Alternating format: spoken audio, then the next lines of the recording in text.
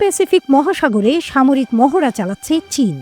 এতেই ঘুম হারাম হয়ে গেছে ইসরায়েল আমেরিকার।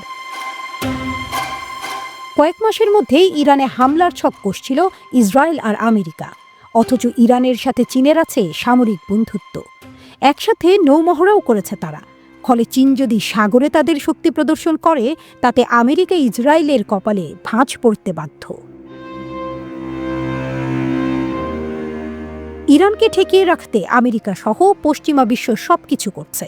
গত বছর ইরানের তেল রপ্তানির ওপর নিষেধাজ্ঞা আরোপ করে তারা, অথচ ২০২৪ সালের প্রথম ৪ মাসেই ইরান তেল রপ্তানিতে রেকর্ড করে। ৬ বছরের মধ্যে সর্বোচ্চ রপ্তানির একমাত্র কারণ চীন। ইরানের মোট তেল রপ্তানির ৮০% যায় চীনে। তেলের বিনিময়ে চীন থেকে মিসাইল তৈরির কাঁচামাল আনে ইরান। তাতেই গড়ে উঠেছে ইরানের বিশাল মিসাইল সিটি, আর পরমাণু কর্মসূচি তো আছে। পশ্চিমা গণমাধ্যমগুলো বলছে, গাজা যুদ্ধে হামাস ও হিজবুল্লাহর শক্তি ক্ষয়ের কারণে ইরানের ওপর হামলা চালানোর এটিই সবচেয়ে ভালো সময়। কয়েক মাসের মধ্যেই আমেরিকার সহযোগিতায় ইরানে হামলা চালাতে পারে ইসরায়েল। দেশ দুটির মধ্যে কথার যুদ্ধ চলছে। ঠিক সে সময় ইরানের মিত্র চীন যদি মহাসাগরে মহাশক্তি দেখায়, তা আমেরিকা ও ইসরায়েলের জন্য অবশ্যই একটি সিগন্যাল। কারণ চীনের সঙ্গে ইরানের গলায় গলায় ভাব, নিয়মিত সামরিক মহড়া করে তারা। গত বছরও ওমান উপসাগরে চীন, রাশিয়া এবং ইরান যৌথ সামরিক মহড়া চালিয়েছে। তারা এর নাম দিয়েছে মেরিটাইম সিকিউরিটি বেল্ট।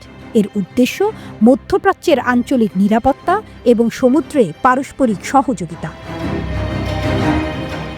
মাত্র ২ মাস আগেই ইন্দো প্যাসিফিক অঞ্চলের বঙ্গোপসাগরে মহড়া করে গেছে আমেরিকা, আর এখন চীন ইন্দো প্যাসিফিক সাগরে মহড়া করছে।